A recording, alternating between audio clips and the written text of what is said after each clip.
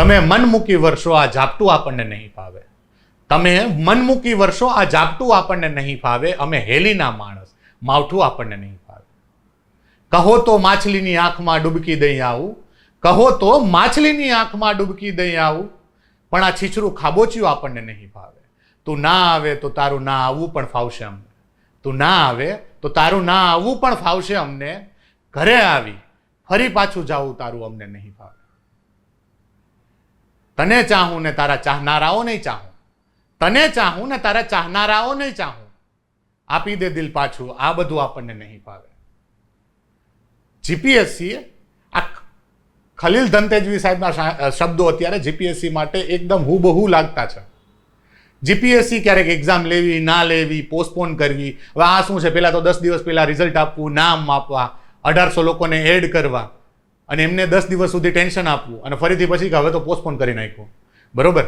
તો આજના સ્પેશિયલી સેશનમાં ખાસ કરીને તમને એ ઇન્ફોર્મેશન આપવાની છે કે નામદાર હાઈકોર્ટે અત્યારે ઓલરેડી ચુકાદો આપ્યો છે કે જીપીએસસીએ જે આર્ગ્યુમેન્ટ્સ કરી છે એની સામે હાઈકોર્ટે એ વસ્તુ કીધેલી છે કે તમે જ્યારે 1800 લોકોને રિવાઇઝ લિસ્ટમાં એડ કર્યા તો એમને ખાલી 10 દિવસનો જે તમે ગાળો આપ્યો છે એ ઇક્વલ ઓપોર્ચ્યુનિટીના ખિલાફ છે. તો એના માટે એમણે જે કોર્ટે એવી વસ્તુ કીધી છે કે કમસે કમ મહિનો કે 45 દિવસ તો મળવા જ જોઈએ. તો આજે 15 તારીખ છે, મહિનો આપણે મિનિમમ ગણી લઈએ તો એ આગળ આપણે ઓગસ્ટ 15 આવી જશે. એટલે હવે જે ડીવાયએસઓ મેઇન્સની તારીખ કદાચ ડિક્લેર થશે તો એ ઓગસ્ટ મહિનાના સેકન્ડ હાફમાં થઈ શકે છે. બરોબર. એટલે 20-25ની આસપાસ આપણે કંઈક માનીને ચાલવાનું.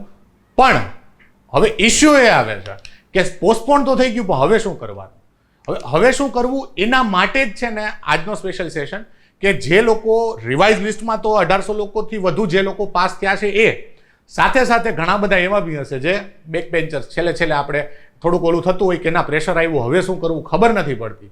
અત્યાર સુધી તો કરતા જ હતા, બટ હવે થોડુંક રિલેક્સ નથી થવાનું. જો 30 દિવસ જ છે, દિવસ જતા વાર નથી થતી. બરોબર. પેલું છે ને કે કલાકો ગણ્યા દિવસ ત્યાં, દિવસ ગણ્યા વર્ષો. એટલે જતા વાર નહીં લાગે 30 દિવસ, વળી પાછા તમે 30 દિવસ પછી એ જ આપણે જગ્યાએ ઊભા ન રહીએ એનું આપણે ખાસ ધ્યાન રાખવાનું. એટલે હવે જે આપણે મહેનત કરવાની છે એ શેના માટેની છે કે હવે જીપીએસસી હોપફુલી ભગવાન દયા કરે આપણા ઉપર કે જીપીએસસી પ્રોપર હવે જે ટાઈમ આપે છે એ ટાઈમે આપણી એક્ઝામ લઈ લે તો આપણને કંઈક આપણે છૂટા થતા થઈએ. બરોબર. બાકી હવે ઘરે આવીને પાછું જવું નહીં ફાવે આપણને. એટલે હવે શું કરવું એના ઉપર આપણે થોડી ચર્ચા કરી લઈએ. જો અત્યારે જીપીએસસી છે ને જે ડીવાયએસઓ બારે પાડે છે ડીવાયએસઓ, બરોબર, તો એમાં આપણને બધાને ખબર છે કે ટોટલ 4 છે. એક તો GS 1, 2 ગુજરાતી અને ઇંગ્લિશ. હવે જે લોકોની પાસે અત્યારે 1800+ લોકો જે સિલેક્ટ થયા છે એમના માટે ખાસ સૌથી સારામાં સારી ઓપોર્ચ્યુનિટી છે કે લેંગ્વેજને કવર કરી લો એટલે તમારા માટે એક સિલેક્શન રિઝર્વ થઈ જશે જ. કારણ કે તમે અત્યાર સુધી પ્રિલિમ્સ ક્લિયર કરી એનો મતલબ તમે GS 1 અને GS 2 વાંચ્યું હશે. GS 1 માં શું છે? આર્ટ, કલ્ચર, હિસ્ટ્રી, જ્યોગ્રાફી અને સાયન્સ એન્ડ ટેક ને થોડું ઘણું કરંટ વરંટ જેવું છે. GS 2 માં શું છે? પોલિટી છે, પબેટ છે, ઇકોનોમી છે, એટસેટ્રા. બરોબર. તો હવે એ બે વસ્તુઓ તો આપણે વાંચેલી જોવાની છે. લગભગ લોકોને સિમિલર જ નોલેજ હશે. હા, આના માટે એનરિચમેન્ટની જરૂર છે જ, પણ છતાંય આપણી પાસે તમારી પાસે કન્ટેન્ટ હશે. બીજું હવે વધુ ગુજરાતીનું. ગુજરાતી લેંગ્વેજ એવી છે કે લગભગ લોકોને થોડીક પકડ એમાં હોય છે, પરંતુ ગમે એટલી મહેનત કરીએ છીએ આપણને ખબર છે ગુજરાતીમાં એવરેજ માર્ક 50 થી લઈને 60 સુધી તો બહુ થઈ ગયા. લગભગ લોકો 40-50ની આસપાસ રમતા હોય છે. વધુમાં વધુ મહેનત કરે તો લગભગ 56-60 સુધી પહોંચતા હોય છે. એનાથી વધુ તો એક્સ્ટ્રાઓર્ડિનરી કોકની મૌલિકતા એકદમ વધુ હોય, જેના ઉપર જેને એકદમ પાંડિત્ય હાસિલ હોય લેંગ્વેજમાં, બરોબર, એને આવે છે. એના સિવાય આપણી પાસે જે કેશ કાવ છે, લો હેંગિંગ ફ્રૂટ છે, જેને તમે આરામથી કવર કરી શકશો, એ છે આપણા માટે ઇંગ્લિશ.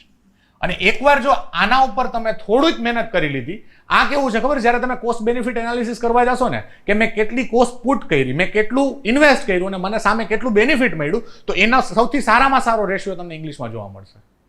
ઓછી મહેનતમાં ઘણું સારું મળશે. બરોબર. તો ઇંગ્લિશ ઉપર સૌથી પહેલું મારું પર્સનલ સજેશન, એટલા ખાલી એટલા માટે નહીં કે ઇંગ્લિશની ફેકલ્ટી છું, ઇંગ્લિશ સાથે બીજા ઘણા સબ્જેક્ટ્સ લઉં છું, પણ ઇંગ્લિશ એટલા માટે તમને તમારી સામે વારંવાર આવવાનું થાય છે અને ઇંગ્લિશ માટે ઘણી બધી શું કહેવાય અવેરનેસ એટલા માટે ફેલાવવાની થાય છે કે આ જ એક છે તમારી નહીં ડૂબતી નૈયાને છે ને પાર લગાવવાવાળું.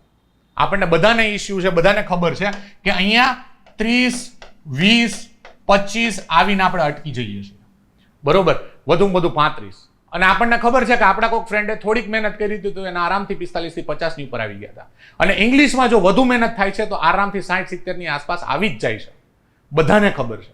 અને એવું નથી કે આ કોઈ એકદમ 30 માર્કા છે, એકદમ કંઈક અલગ જ વસ્તુ છે, બરોબર. ઇંગ્લિશ લેંગ્વેજ છે, નાના છોકરાને આવડતું તો આપણને નહીં આવડે. બસ એક વસ્તુ છે કે મેથડ આપણને નથી ખબર. મેથડ વ્યવસ્થિત ગોતી લો, વ્યવસ્થિત થોડુંક સમજી લેશો તો આરામથી આ વસ્તુમાં ક્લિયર કરી શકશો, બરોબર. એટલે ચારેય વસ્તુ ઉપર આપણે ભાર દેવાનું છે, પણ આ બે વસ્તુ તમને લગભગ ખબર હશે. આના માટેની રાઇટિંગ પ્રેક્ટિસ શરૂ કરી દેવાની છે. 30 દિવસમાં કરવાનું શું? રાઇટિંગ પ્રેક્ટિસ સિવાય આપણો ઉદ્ધાર નથી. બાકી છે ને જ્યારે એક્ઝામમાં બેઠા બેઠા આમ ઝાટકીયા હારો એક શબ્દ નથી નીકળતો, સર શું કરવાનું? હવે એક્ઝામના ટાઈમે તો કંઈ થઈ નહીં.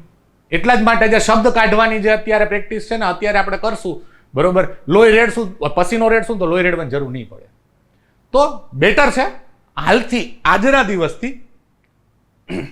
હવે એમાં ન રહેતા કે હવે ક્યારે ડેટ આવશે, ડેટ ડિક્લેર થશે ત્યારે હું કરીશ. આજના દિવસથી જે લોકોએ રાહતની શ્વાસ લીધી છે કે સારું હાઈસ થોડુંક પાછળ ગયું તો થોડોક ટાઈમ મળ્યો, પણ ટાઈમ વેડફાઈ ના જાય એ ખાસ ધ્યાન રાખજો. આજના દિવસથી રાઇટિંગ પ્રેક્ટિસ શરૂ કરી દેજો. બંનેની રાઇટિંગ પ્રેક્ટિસ ખાસ જરૂરી છે. રહી વાત ગુજરાતીની, ગુજરાતીનો જે લોકો ગુજરાતી મીડિયમના હોય છે એમના તો વાંધો જ નથી આવતો, પણ જે લોકોનો હાથ થોડો ગુજરાતીમાં ટાઈટ છે, જે લોકોને થોડીક ઇસ્યુ થાય છે ગુજરાતીમાં, એને બી ખાસ રાઇટિંગ પ્રેક્ટિસ શરૂ કરી દેજો. મૌલિકતા ત્યારે જ આવશે જ્યારે રાઇટિંગ તમે તમારા ટાઈમે જ્યારે લખવાનું શરૂ કરશો ત્યારે. ગ્રામર કરી નાખવાનું છે ગુજરાતીનું. ગુજરાતીના ગ્રામરમાં વધુ કંઈ એટલું બધું છે નહીં, બરોબર. છંદ અલંકારથી લઈને જે વસ્તુઓ છે, જોડણી, શુદ્ધિ વગેરે, એ બધી વસ્તુઓ લગભગ થોડીક મહેનતથી થઈ જશે, બરોબર. રહી વાત આપણી ગુજરાતીમાં ફોર્મેટ ક્વેશ્ચન્સને ટેકલ કરવાની, તો ગુજરાતીમાં તે પાક્ષિક છે જ, બરોબર. પાક્ષિકમાં તમને જે જોઈતા શબ્દો મળી રહેશે, શબ્દાવલી મળી રહેશે આરામથી. અને આપણી બાય ધ વે સિરીઝ ચાલે છે પાક્ષિકની, પરિક્રમા. તો પરિક્રમા કરી લો, શું ખબર ભગવાન મળી જ જાય, બરોબર. તો આ વખતે ગોલ એવો રાખીએ આપણે કે જે હવે શોર્ટ ટર્મમાં જેટલું ઇન્વેસ્ટ કરવાનું છે એટલું આપણે કરી નાખીએ, બરોબર. 24 કલાકમાંથી આપણે આપણા 26 કલાક આપી દઈએ અને પૂરું કરીએ. બાકી હવે અગેન ફરી પાછું આવું નહીં ફાવે, બરોબર. આ સાયકલ જો ચાલતી રહેવાની છે ને તો આપણને ખબર નથી ક્યારેક ઉદ્ધાર આવશે. તો ઉદ્ધાર થઈ જાય આ ટાઈમે જ, આ જ ભાવમાં. એના માટે ગુજરાતીમાં કીધું એ પ્રમાણે કે ગુજરાતીનું ગ્રામર છે, ગ્રામરમાં લગભગ લોકોને ખબર છે શું કરવાનું છે, ક્યાંથી કરવાનું છે એ ખબર છે. બસ ખાલી થોડુંક જોવાનું છે, જોઈ લેવાનું, બરોબર. શુદ્ધિ છે, જોડણી છે, એટસેટ્રા, અને બાકી ગ્રામર છે. અને પાક્ષિક ખાસ કરશો તો ગુજરાતીના દરેક ફોર્મેટ લગભગ તમને ફાવી જશે. રીઝન? કારણ કે પાક્ષિકમાંથી જ કંઈક ને કંઈક વસ્તુ પૂછાતી હોય છે. લેટર પૂછે, એસે પૂછે, લગભગ કંઈક રિલેટેડ વસ્તુઓ હોય છે. હવે આવીએ ગ્રામર ઇંગ્લિશ ઉપર. તો ઇંગ્લિશ તમારા માટે એઝ આઈ સેડ કે it will act as a cash cow. અત્યારથી સમજી લેશો તો વાંધો નહીં. હવે આજથી શરૂ કરી દો. લગભગ અઠવાડિયાની અંદર તમે તમારું ગ્રામર પૂરું કરી શકો. હું એવું માનીને ચાલું છું કે શાયદ તમને આઈડિયા જ નથી. નાનું મોટું ઇંગ્લિશ જે વાંચી લઈએ છીએ, જોઈ લઈએ છીએ, સિઝન મૂવી વગેરે, એ ખબર છે. હું એવું માનીને ચાલું છું. તોય અઠવાડિયામાં લગભગ તમે ગ્રામર કવર કરી શકશો. ગ્રામરને કઈ રીતે કવર કરવાનું દર વખતે કઈ કહું છું, તો અત્યારે કહીશ કે પહેલા પાર્ટ્સ ઓફ સ્પીચ કેમ, તો કે તમે સેન્ટેન્સ નથી બનાવતા આવડતું તો સેન્ટેન્સને તોડી નાના આપણે કોન્કર અને રૂલ કરીએ, જેવી રીતે અંગ્રેજોએ આપણા ઉપર કર્યું હતું. એના પછી પ્રોપરલી આપણે જે કહેવું છે, જે સેન્સમાં કહેવું છે, જે ટેન્સમાં કહેવું છે, અને જે કોન્ટેક્સ્ટ સાથે કહેવું છે, એ કોન્ટેક્સ્ટને આપણે ટેન્સ હારે જોડી, મોડેલ હારે જોડી અને સેન્ટેન્સ બનાવતા શીખી જઈએ. એકવાર સેન્ટેન્સ બનાવતા આવડી ગયું પછી એક્ટિવ એ આવડશે, પેસિવ એ આવશે. કેમ કે સેન્ટેન્સ ફોર્મેશન આવડી ગયું તો ટ્રાન્સફોર્મેશન એ આવડશે. નાની વસ્તુ છે, થોડુંક ખાલી વસ્તુ એવું છે તમને. અને કદાચ કોઈ ક્યારે એવું કહે કે આમાં 25 રૂલ આના યાદ રાખવાના, 50 રૂલ યાદ રાખવાના, તો ત્યાંથી ભાગી જવું. રૂલ યાદ રાખે લેંગ્વેજ ના થાય. મેથ્સ નથી, આરામથી સમજશો, લોજિક વાપરવાનું છે, આવડી જાય, બરોબર. જ્યારે એક્ટિવમાંથી પેસિવ કરવાનું હોય તો આપણને ખબર હોય કે ઓકે આ વસ્તુ રૂલ કઈ યાદ નથી, થોડુંક વિચારશો એટલે આવડી જશે. ડાયરેક્ટમાંથી ઇનડાયરેક્ટ કરવાનું થશે તો તમને ખબર પડશે કે આ હવે એક વ્યક્તિ બીજા વ્યક્તિને કહેતો હોય તો હવે ત્રીજા વ્યક્તિના જ પ્રોનાઉન યુઝ કરવાનો છે, તો એ આપણને ખબર પડવા જ માંડશે. થોડુંક લોજિકથી ચાલવું પડશે તો વાંધો નહીં આવે. અને આના હારે પેરેલલમાં જે બી આપણી પાસે કરંટના ટોપિક છે એના રિલેટેડ ફોર્મેટ તૈયાર કરવાના રહેશે. ફોર્મેટનું એક પ્રોપર સ્ટ્રક્ચર હોય. ફ્લો હોય. અને અગેન આ બધી વસ્તુઓ તમારે વોટરફોલ પેટર્નમાં નથી કરવાની કે એક વસ્તુ થઈ તો જ બીજું કરવાનું, બીજું હોય તો ત્રીજું. ના, પેરેલલી ચાલવાનું છે, બરોબર. તો તમે બધી વસ્તુઓને પ્રોપર ટાઈમ આપી જસ્ટિસ આપી શકશો, ન્યાય આપી શકશો, તો તમારી પ્રિપેરેશન હોલસમ થશે. જે તમે આપણે કહીએ ને કે હોલસમ અને 360 ડિગ્રી વાળી થશે, તો જ તમારે માર્ક્સ કવર કરવામાં ઇઝી રહેશે. બાકી તકલીફ પડવાની છે. ડરાવવા માટે નથી આવ્યા, બસ એ વસ્તુ બતાવવા માટે કે હવે ફરીથી એ ડિરેક્શનમાં ન વયું જવાનું કે હવે ડેટ ક્યારે આવશે ને ત્યારે શરૂ કરશું ને એટસેટ્રા એટસેટ્રા. ના, આજથી શરૂ કરી દેવાનું છે. બસ આપણી ખાલી એટલી જ મહેનત હોવી જોઈએ કે આપણને હવે મહિનો મળ્યો છે, તો મહિનાને કઈ રીતે યુટિલાઇઝ કરીએ, પ્રોપરલી યુટિલાઇઝ કરીએ કે જેથી કરીને આપણી સિલેક્શન લિસ્ટમાં આપણું નામ આવે, બરોબર. એનાથી વિશેષ આપણે બીજું કંઈ જોતું નથી. તો બાકીનું લેંગ્વેજથી લઈ અને લગભગ બધા સબ્જેક્ટ્સ માટેના આપણા કોર્સિસ છે ફોકસ લાઈવમાં. તો ઇન્ક્વાયરી કરી લેજો, નંબર નીચે આવતો હશે, બરોબર.